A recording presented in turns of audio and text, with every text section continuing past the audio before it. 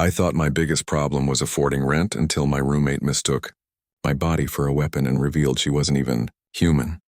Jake Harrison never imagined his life would turn into something straight out of a science fiction movie.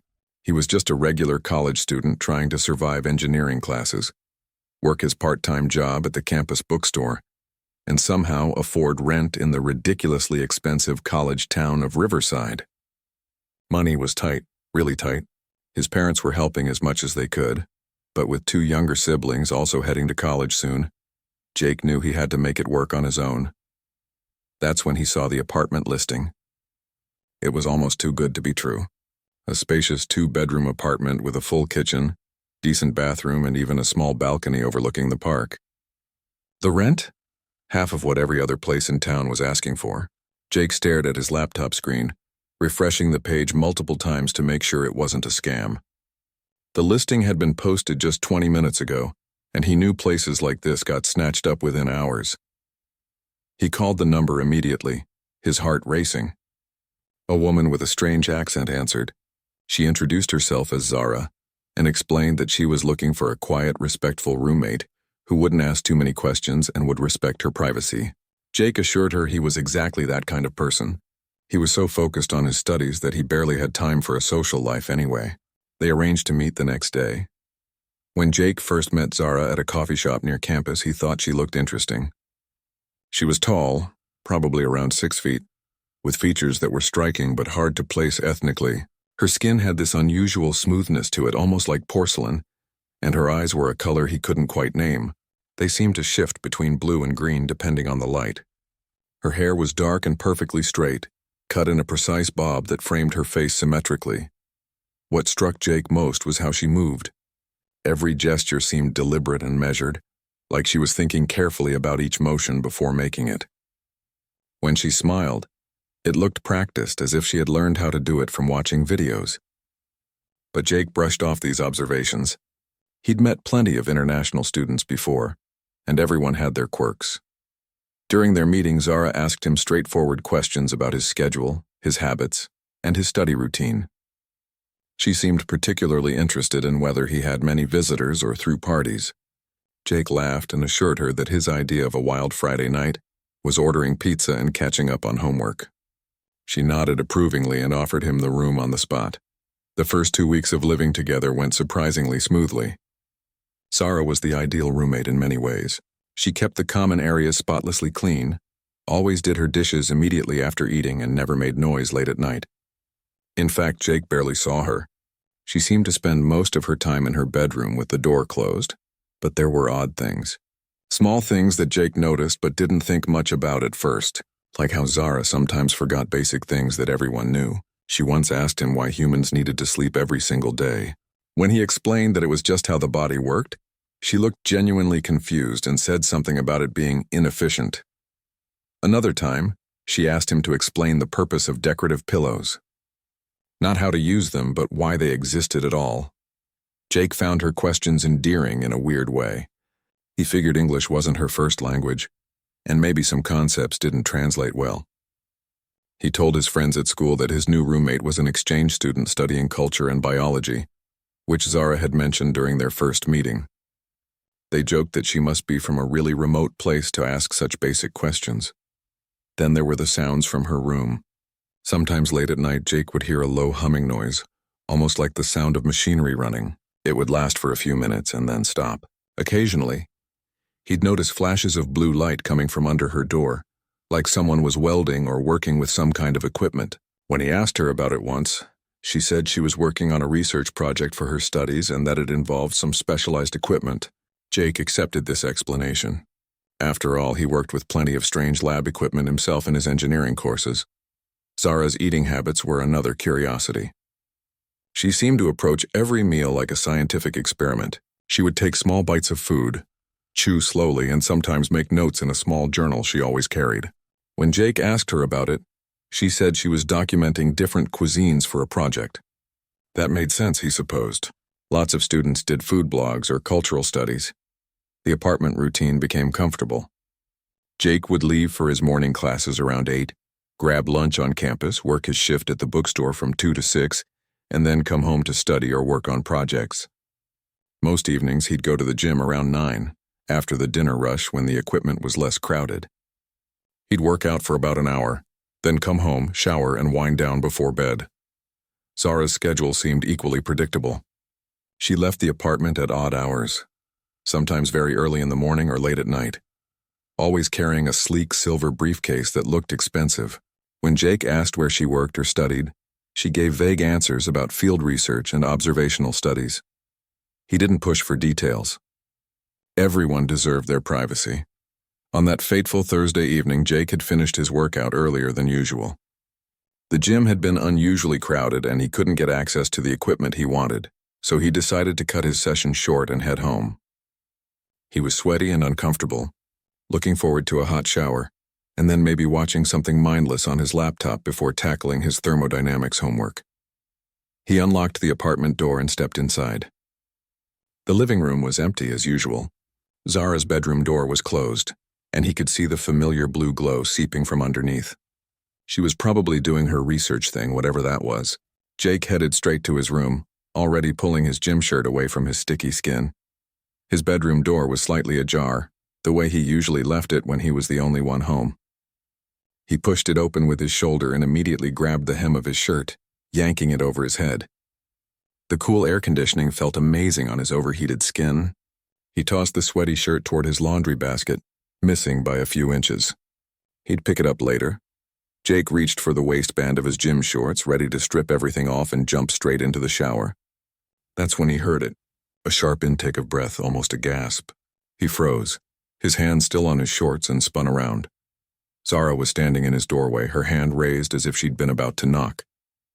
Her eyes were absolutely huge, wider than he'd ever seen them. Her mouth was slightly open and she seemed rooted to the spot, staring directly at him, but not at his face. Her gaze was locked on his midsection, and her expression was something between shock and absolute terror. For a second, neither of them moved. Jake's brain struggled to process what was happening. Then embarrassment flooded through him, hot and overwhelming. He grabbed the first thing he could reach, which happened to be a clean t-shirt draped over his desk chair, and held it in front of himself. "Zara, what the heck?" he managed to say, his voice coming out higher than normal. She didn't look away. If anything, her stare became more intense. One hand slowly rose, pointing directly at him, her finger trembling slightly. When she finally spoke, her voice was tight with what sounded like genuine fear. "I apologize for the intrusion. I heard you return home and wanted to ask about the dinner arrangements for this evening. But I must ask," she paused, swallowing hard, "what is that device you're carrying?" Jake blinked, confused. "Device? What device?" "I just got home from the gym." Zara's finger remained pointed at him, specifically at the shirt he was holding in front of his lower body. "That appendage, that concealed weapon you're carrying, I need to know what its purpose is."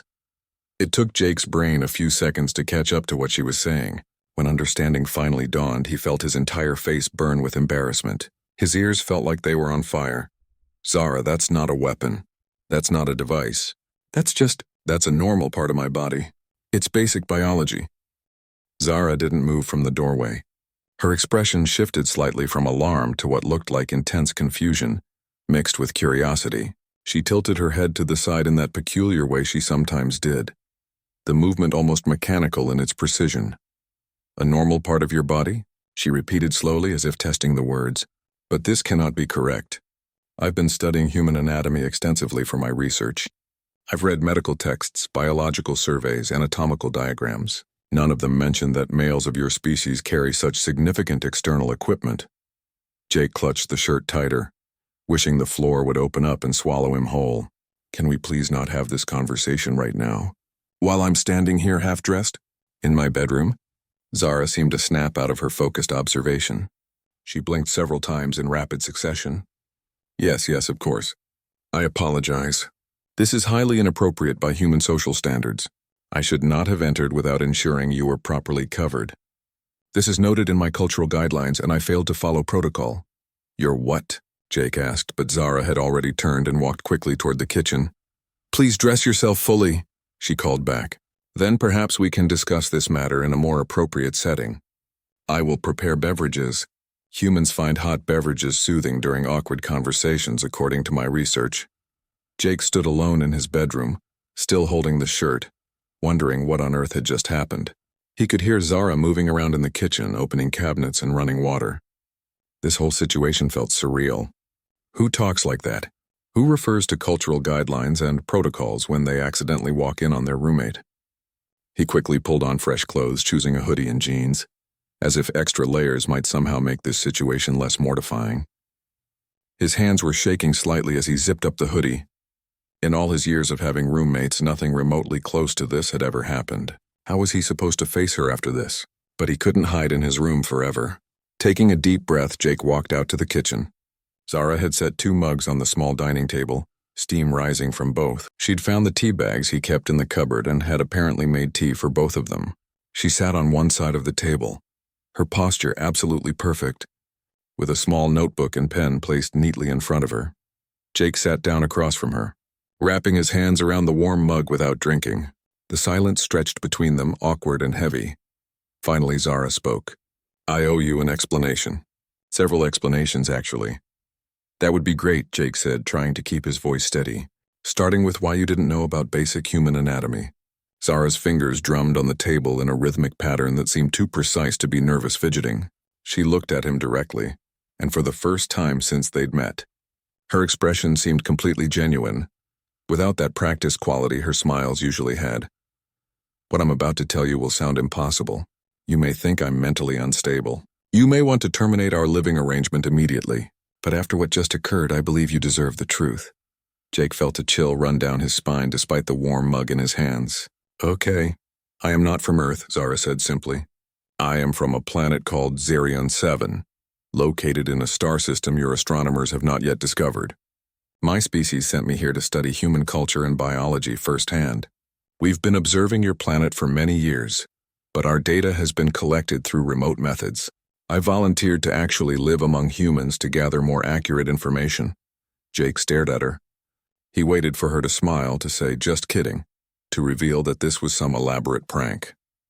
But she sat there, completely serious, watching his face carefully. "Right," he said slowly. "So you're telling me you're an alien? From outer space?" "That is correct." Jake laughed, but it came out nervous and strained. "Okay, is this some kind of social experiment? Did someone from the psychology department put you up to this? Because that would actually explain a lot." Instead of answering, Zara stood up. She stepped back from the table, giving herself some space. "I'm going to show you something.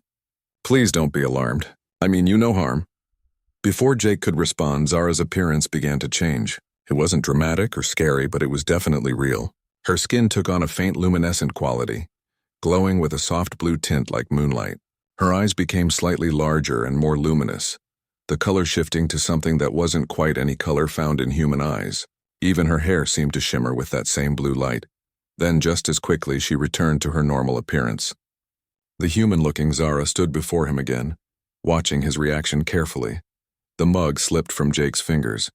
It hit the table with a loud clatter, tea sloshing everywhere. He jumped up, his chair scraping loudly against the floor. His heart was pounding so hard he could hear it in his ears. "What? How did you—" He couldn't form complete sentences. Zara grabbed a dish towel and began calmly cleaning up the spilled tea. "I understand this is shocking. Take your time to process." Jake's legs felt weak. He sat back down heavily, gripping the edge of the table. His brain was trying to rationalize what he'd just seen. Hologram, special effects. But no, he'd seen her skin change, seen the light coming from within her. That wasn't technology. That was real. "You're actually an alien," he said, his voice barely above a whisper. "Yes." "Living in my apartment?" "Yes." "Studying humans?" "Correct." Jake ran his hands through his hair, tugging slightly as if the pain might wake him up from this bizarre dream. "This is insane." "This is absolutely insane." Zara finished cleaning up the tea and sat back down. Her expression was apologetic. "I realize this revelation is overwhelming. I had not planned to reveal my true nature to you. The incident in your bedroom forced my hand. I could not explain my confusion about human anatomy without revealing why I was confused." "Right," Jake said, his mind still reeling. "Because aliens don't have— because you don't know about—" "Sexual dimorphism in humans, yes," Zara finished calmly. "My species doesn't reproduce the way humans do. We are not divided into male and female. We reproduce through a form of cellular division. The concept of two distinct biological sexes with different physical characteristics is fascinating to us. But our remote observations did not fully capture the extent of these differences. Jake felt his face heating up again. So when you saw me, I genuinely thought you were carrying some kind of weapon or device, Zara admitted. In my panic, I feared perhaps I had misunderstood human defensive behaviors. Some species we've studied carry weapons at all times. I thought perhaps human males did the same. Despite the absolute insanity of the situation, Jake found himself laughing. It started as a small chuckle and then grew into full-blown laughter. Here he was, sitting in his kitchen, talking to an alien about why she thought his anatomy was a weapon. If someone had told him this morning that this would be his evening, he would have thought they were crazy. Zara watched him laugh, her head tilting again in that curious way. Have I said something amusing? This whole situation is just... Jake wiped his eyes. I mean, of all the ways to find out my roommate is an alien from another planet, this has to be the most embarrassing possible scenario. A small smile appeared on Zara's face, and this time, it looked natural. I suppose from your perspective, yes. I apologize for the invasion of privacy and the subsequent awkwardness. Jake took a deep breath, trying to calm down. Okay, let's say I believe you. Which, considering what I just saw, I kind of have to. Why Earth? Why study humans?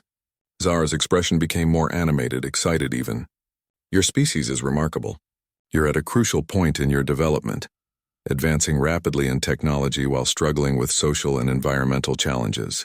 We've been watching you evolve, and there's much we don't understand about human behavior. Why do you engage in wars when cooperation would be more beneficial? How do you create such beautiful art, while also creating such destruction? Why do your emotions drive your decisions so powerfully? So we're like a science project to you? Not exactly, Zara said carefully. More like, you're a mystery we're trying to understand. My species values knowledge above all else. Earth represents one of the most complex social experiments in the observable universe, and you're running it without even realizing it.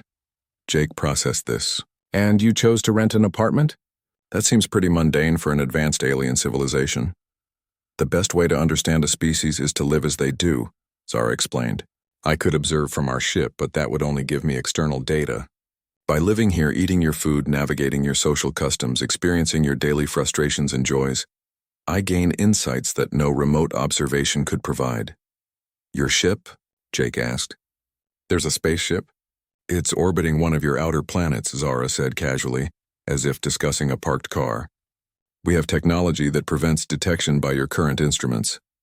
Jake's mind was spinning with questions, but one kept pushing to the forefront. Why me specifically? Why did you choose to reveal yourself to me? Zara was quiet for a moment, her fingers tracing the rim of her tea mug. When she finally spoke, her voice was softer than usual. I didn't choose to reveal myself. The situation forced my hand. But if I'm being honest, I'm almost relieved. Relieved? Jake asked. Living in disguise is more difficult than I anticipated, she admitted, constantly monitoring every word, every gesture, every facial expression to ensure I appear human. It's exhausting, and lonely if I can use that human term. I can communicate with my team on the ship, but they don't truly understand what it's like down here. They observe from a distance. I'm the one navigating the reality of human existence. Jake found himself feeling sympathetic, which was strange considering he was talking to an alien.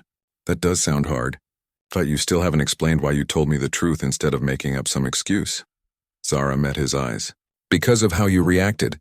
When I made that terrible mistake, barging into your room and then making that mortifying assumption about your body, you could have responded with anger. You could have yelled at me, called me names, demanded I leave immediately. Many humans would have, based on my research about personal boundaries and privacy violations. I was pretty embarrassed, Jake said.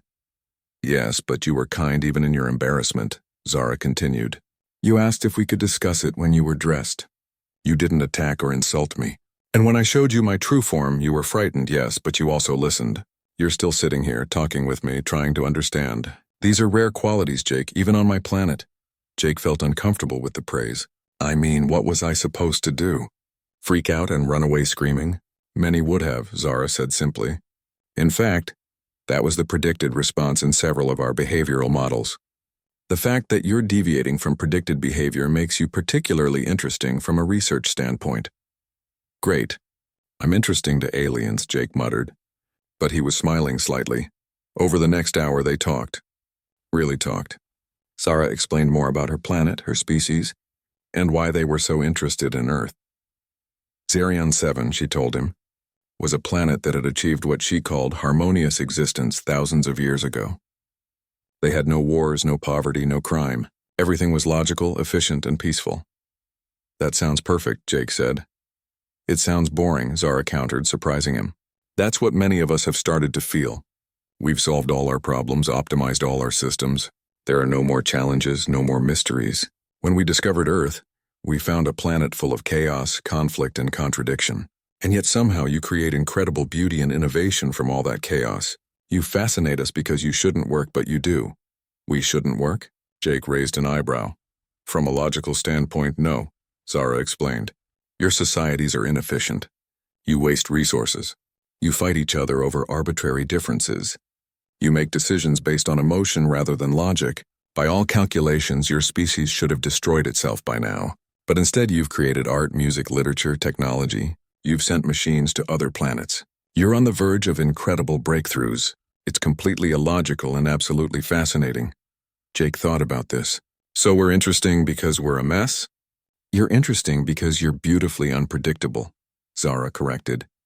And that brings me back to today's incident. Our data on human biology comes from medical textbooks, anatomical diagrams, and scientific journals. These sources are excellent for understanding physiology, but they're very clinical. They show structures and label parts, but they don't convey the reality of human bodies as they actually exist. So you've never actually seen a real human without clothes, Jake said, feeling his face heat up again.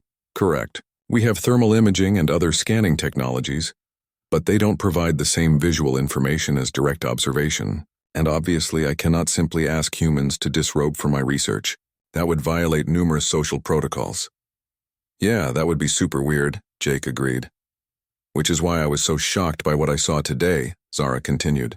The textbooks show male anatomy, but the diagrams are simplified. They don't prepare you for the reality. And because human males wear clothing that conceals this area, I had no frame of reference.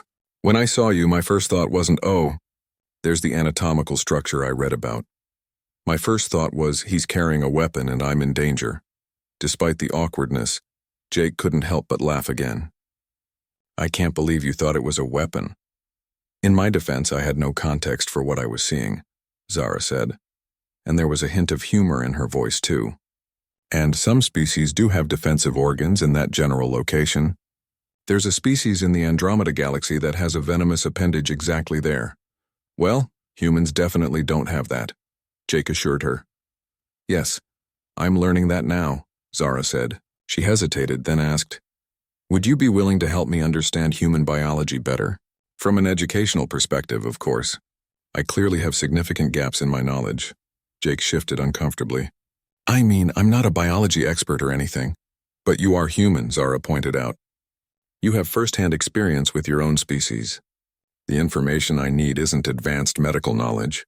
It's basic understanding of how humans actually live in their bodies, navigate their physical differences, deal with the social implications of sexual dimorphism. That's a very academic way of putting it, Jake said. I am an academic, Zara reminded him. This is literally my research. I just happened to stumble onto a major gap in my understanding in the most awkward way possible. They talked late into the night. Jake found himself explaining things he'd never really thought about before. Why men and women's bathrooms were separate, how clothing was designed differently for different body types, the social rules around modesty and privacy that varied by culture. Zara took notes occasionally, asking questions that ranged from insightful to hilariously naive. So humans pair up based partly on attraction to these physical differences? Zara asked at one point. I mean, it's more complicated than that, Jake said. There's also personality, shared interests, emotional connection. But the physical differences play a role? Yeah, usually. Zara shook her head in wonder. How inefficient. On my planet, we choose partners for intellectual compatibility and genetic optimization. Physical attraction isn't a factor because we all look basically the same. That sounds kind of boring, Jake said. It is, Zara admitted. Terribly boring. Which is another reason I find Earth so interesting. You've built this entire complex system around something as simple as being born with different body types. You have gender roles, gender expectations, gender identities. It's incredibly complicated for something that's just biological variation. Yeah, we're working on making that less complicated, Jake said. A lot of those old gender roles are changing. I've noticed, Zara said. That's another fascinating aspect. Your societies are in constant flux. What was true 50 years ago isn't true now. What's true in one place isn't true in another. There's no universal human culture, just thousands of variations all existing simultaneously. Does that make it hard to study us? It makes it impossible to fully understand you, Zara said, which I'm starting to think might be the point. Maybe humanity isn't meant to be fully understood. Maybe the chaos and contradiction are features, not bugs. Jake yawned, surprised to see it was past midnight. This is the weirdest conversation I've ever had. But not an unpleasant one, I hope, Zara asked, and there was genuine concern in her voice. Honestly, it's been kind of amazing, Jake admitted. I mean, how many people get to have a conversation like this? I found out my roommate is an alien, learned about another planet, and became a consultant on human biology all in one night. Does this mean you won't be moving out? Zara asked. Jake thought about it. By all logic, he should probably be terrified. He should call someone, report this, do something. But who would believe him? And more importantly, did he want to? Zara had been nothing but honest with him. She could have kept lying, could have made up some excuse for her confusion. Instead, she'd trusted him with the truth. I'll stay, he said finally. But we need to set some ground rules. Of course, Zara agreed immediately. First, knock before entering any room. Every time. Even if you think I'm not home. Agreed. Second, no more studying me without my knowledge. If you want to know something about humans, ask. Don't just observe me like I'm an experiment. That's fair, Zara said. Though I should mention my mission requires me to observe human behavior generally. I can't promise to stop studying humanity. I mean studying me specifically, Jake clarified. Out there in the world, fine. But here at home, I'm just your roommate, not a research subject. Understood. And third, you have to tell me more about your planet and your species. If I'm going to help you understand humans, I want to understand Xerians. Zara smiled, and this time it was completely natural. I would like that very much. It's been lonely, not being able to talk about home. They shook hands on it, then both laughed at the very human gesture. The next few weeks were an adjustment period. Jake kept waiting for the shock to wear off, for the moment when he'd wake up and realize his roommate being an alien was actually a big deal. But somehow it just became normal. More than normal, actually. It became one of the most interesting parts of his life. Zara was more relaxed now that she didn't have to hide. She still maintained her human appearance when anyone else was around, but when it was just the two of them in the apartment, she would sometimes let her natural luminescence show through. Jake got used to seeing that soft blue glow emanating from her skin while she sat on the couch reading or making notes on her tablet. Her tablet, he learned, wasn't actually a tablet. It was some kind of advanced technology that looked like a tablet to avoid suspicion. When she showed him what it actually did, displaying three-dimensional holographic projections of data and allowing her to communicate with her ship, Jake spent 20 minutes just playing with it like a kid with a new toy. Your species is going to invent something like this eventually, Zara told him, amused by his fascination. Probably within the next 50 years. How do you know? Jake asked, zooming in on a holographic image of what Zara said was her home city. We can see the trajectory of your technological advancement. You're following a similar path to many other species we've studied. Some innovations are almost universal once a civilization reaches a certain level. They fell into a routine of evening conversations. After Jake finished his homework and Zara completed her daily observations, they would sit in the living room and talk. Sometimes Jake would tell her about human things she didn't understand. Other times, Zara would share stories about her planet or explain concepts about the universe that made Jake's head spin. Wait, so time actually moves differently depending on where you are? Jake asked one night, trying to wrap his mind around relativity explained by someone who actually traveled through space. Yes, but not in the way your science fiction suggests. Zara explained. It's more subtle than that. When I return to my planet, slightly less time will have passed there than has passed here on Earth. But we're talking about seconds, not years. That's still wild, Jake said. His friends at school started noticing changes in him. He was more distracted in class, often lost in thought. When they asked what was going on, he told them his roommate was just really interesting to talk to. "Dude, are you into her?" his friend Chen asked one day at lunch. "What? No, it's not like that," Jake said quickly. "She's just different. She has this whole unique perspective on things." "Uh-huh," Chen said, not sounding convinced. "You talk about her constantly. Zara said this, Zara thinks that. When do we get to meet this mysterious roommate?" "She's really private," Jake said, which was technically true. Not big on social gatherings.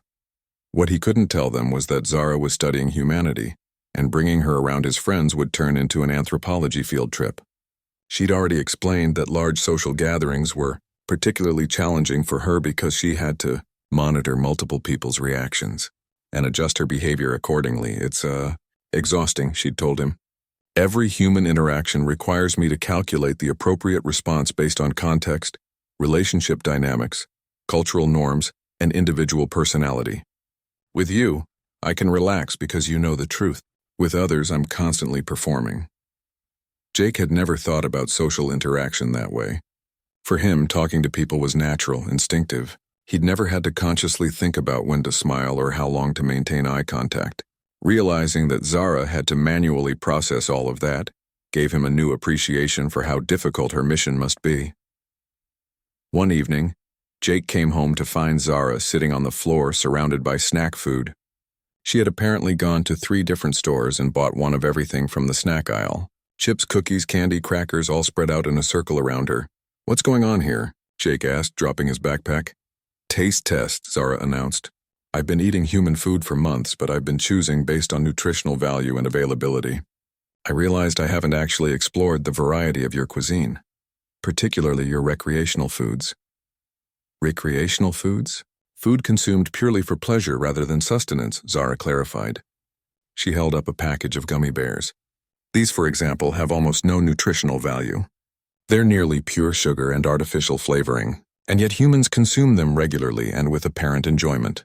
I need to understand why." Jake couldn't help but smile. He sat down across from her. "Okay, let me guide you through the wonderful world of junk food." They spent the next 2 hours doing a taste test. Zara approached each snack with scientific precision, taking small bites, making notes, trying to identify the appeal. Her reactions were hilarious. She loved sour candy, finding the face-puckering sensation fascinating. She was baffled by the concept of cheese-flavored snacks that didn't actually contain cheese, and she absolutely hated chocolate. "It's bitter and overly sweet at the same time," she said, making a face. "How is this considered a treat?" "You're insane," Jake said. "Chocolate is amazing. This must be a difference in taste perception," Zara mused. "My species probably processes these flavors differently." The most interesting reaction was to pizza-flavored chips. Zara ate one, paused, ate another, then proceeded to eat the entire bag. "Okay, I understand now," she said. "The appeal isn't the nutrition or even the taste exactly. It's the combination of flavors and textures. The salt, the fat, the crunch. It's triggering pleasure responses in my brain." "Welcome to the world of junk food addiction," Jake said. "That's how they get you." But their conversations weren't always light. Sometimes they got deep. Zara wanted to understand human emotions, which she found both fascinating and confusing. Her species experienced feelings, but apparently in a much more muted way.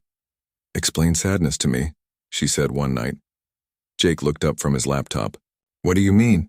"I understand sadness conceptually. It's the emotional response to loss or disappointment. But humans seem to experience it so intensely. I've observed humans crying, sometimes for hours. I've read about depression, grief, heartbreak. These emotions can actually make you physically ill. Why would evolution create such a painful response?" Jake thought about it. "I guess because the pain means we care.